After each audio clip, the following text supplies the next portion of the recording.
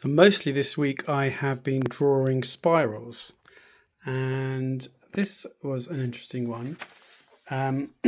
So this is basically pretty much an exact copy of a Minoan pattern, which I'll put up on the screen now. And it's interesting because this comes from before the Mycenaean period. So this is before the Minoans were speaking a form of Greek. So they were still basically a people of Anatolian farmer stock, influenced, of course, by cultures such as Egypt. But, we're talking, I think it's about 1600 BC, so 3,500 years ago at least, which is it's intriguing to realize that they were using a lot of geometry to create these. Having looked at this in quite some detail when I was copying it, there's no shadow of a doubt in my mind that this wasn't a freehand creation. This was definitely done using geometric means. So it's basically a set of semicircles. So for example, you have this one here, and that's centered on this point. In fact, all the ones on this side of the spiral are centered on this point, like that. But all the ones on this other side of the spiral here are centered on this point. And it's through the seamless transition by means of a tangent, a touching point of two circles, that the spiral works. That's how it's created, because you have, so for example, this semicircle here links seamlessly to this tighter semicircle here. And that's how this type of spiral is created. But what they've done is they've created these two spirals, one that ends at the center here and one that ends at the center here. And then you've used a line made out of red dots to show a passage between them. And it's that passage which is an unbroken running spiral, which runs like this. So you could then come up here and start another one. But what they've done, if they've sort of created this pattern here, even this is geometric. So you've got one curve centered on a particular point down here, and then you just move the compasses and draw the same curve, and it creates this pattern here where it kind of tapers to a point. And I do think it's interesting because obviously Greek circle dancing goes back to very early roots. There's figurines and all sorts showing circle dances, and this is exactly what I would do. In fact, exactly what I have done if I was representing a dance in means of a pattern. So these red dots are basically footsteps.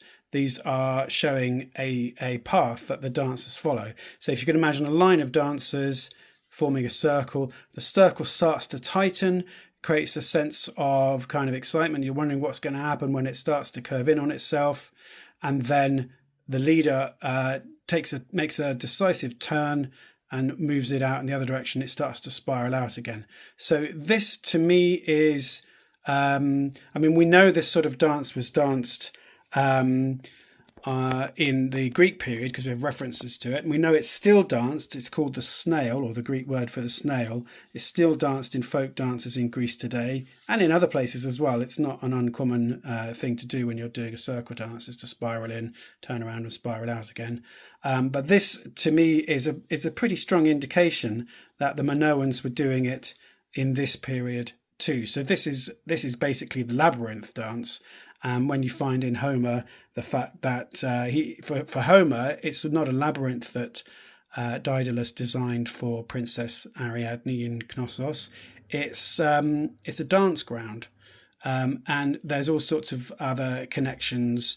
So there's the legend about Daedalus being the guy who worked out how to thread a cord through a spiraling shell by tying it to an ant. So that connects Daedalus to the spiral as well. And there's a lot else I could go into, but but yeah, so basically that was that pattern. And then I started thinking about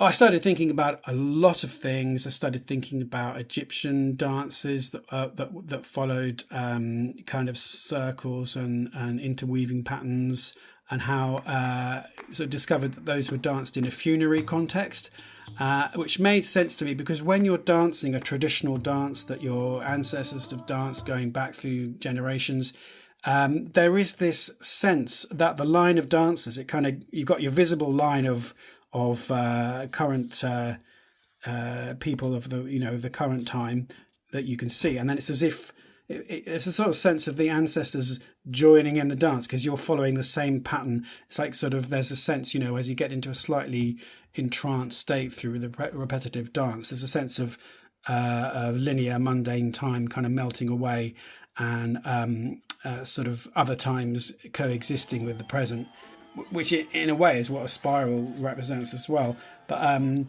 But yeah, so this idea that the line of dancers kind of continues into the invisible, and the spirits of the ancestors are sort of drawn to the dance.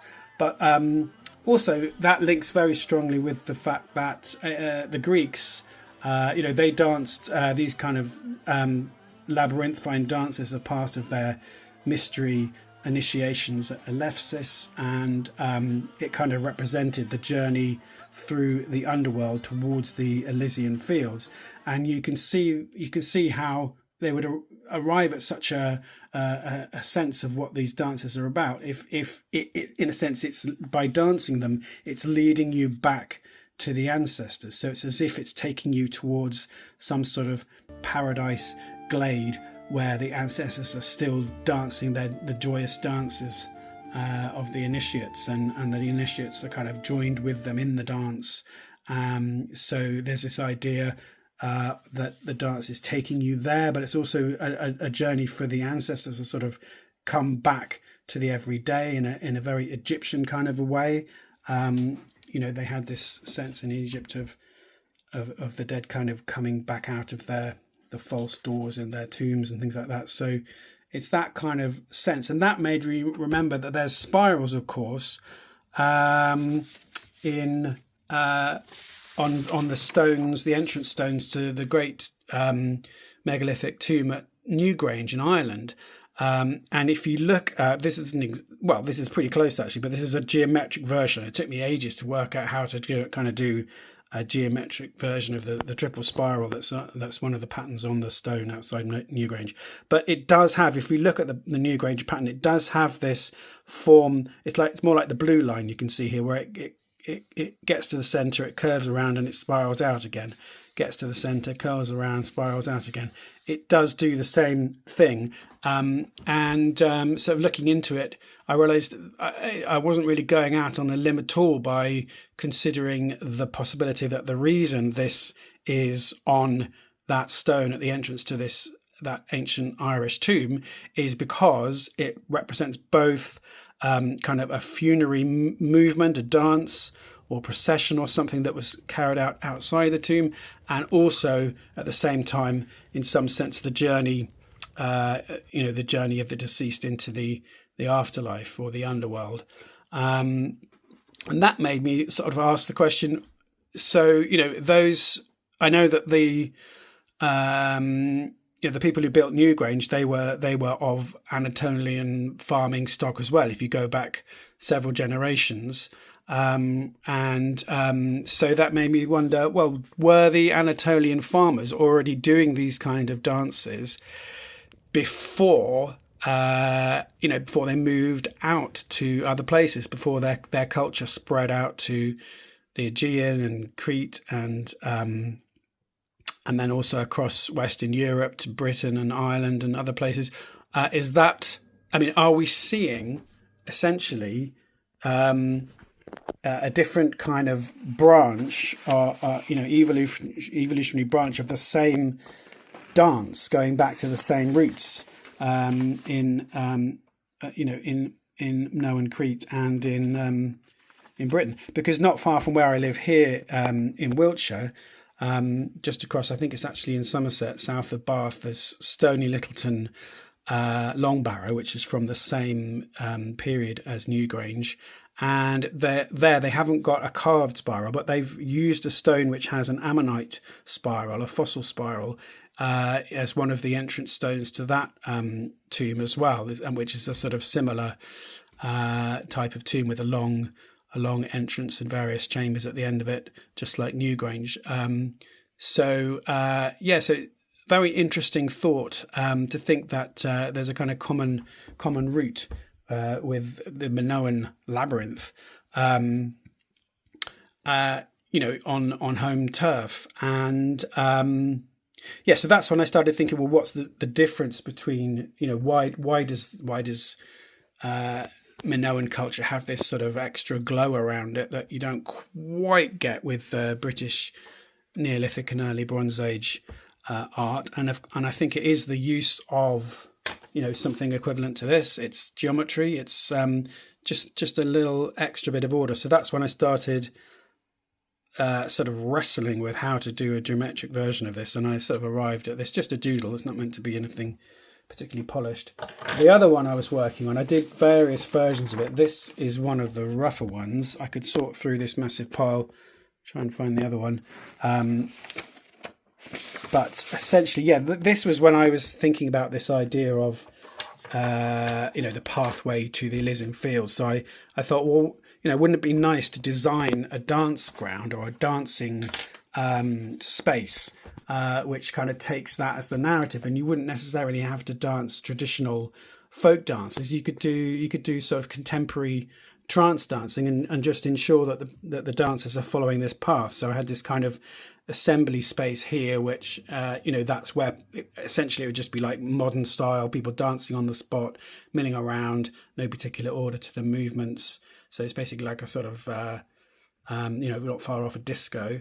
And then you'd have some sort of entrance here to the labyrinth, and then at a certain point the dancers would start spiraling off, and this represents their journey back to be one with the ancestors, which I guess we're talking about the Anatolian farmers, but only for a while, because when you get back to those Elysian fields, which is this centre area here, so you've done the full dance, you come into this central enclosure which represents the Elysian fields. That, of course, taps into something a little older in our genetic sort of memory, if you like, which is that when our evolutionary homeland, the context of our evolution to what we are now, is still basically, never mind 13,000 years of agriculture, the bigger zone of our evolution was the savannas, the grassy plains of Africa, where hunter-gatherers in southern Africa still do circle dances there too, but they're kind of the tighter circles around the fire. So the idea, I think, is, an idea is that this is a journey back to the ancestors, but it kind of goes back even further to the even older origins of circle dances, pre-farming. And that led to an idea in my mind, a kind of mythic, poetic idea that when Demeter in Greek thinking gave agriculture to humanity, she also gave her mysteries, the mysteries of Eleusis, which is the mysteries that this idea is kind of based on.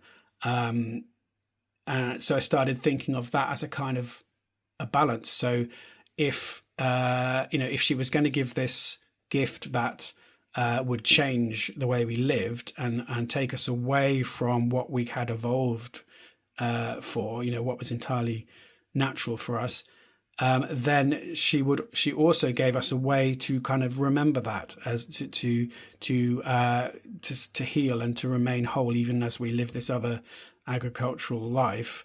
We have this way, this method. That was a little idea, and then I went off on all sorts of other thoughts, and I might even write a big epic poem about them one day. But it was to do with,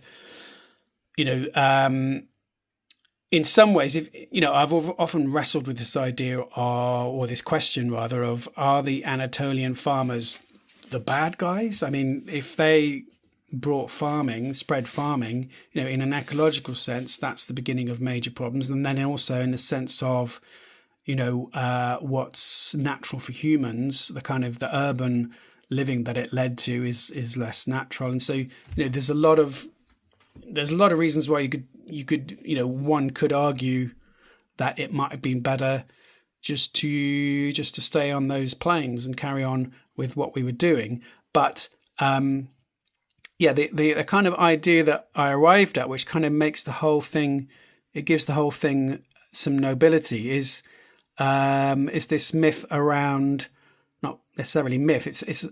I say myth because there are a lot of Greek myths that you can easily tweak to make them represent this, but it's this idea that there could be an asteroid that threatens Earth, and humans may be the ones that save Earth by deflecting an asteroid. We've already done tests on this, and we've actually deflected an asteroid up in space already. So, and that we would never have got to that stage to be able to do that kind of thing if we hadn't gone through the various developments that started with us developing agriculture. So you could say that there's some sort of long game being played, and that ultimately nature is better off for us having done this. And it's a very small risk in terms of what scientists have currently calculated, but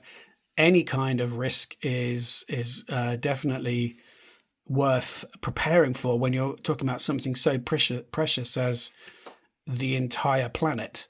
So anyway, so that's a bit of an aside, but I don't really know where to take it from there. That's kind of that's what I've been up to.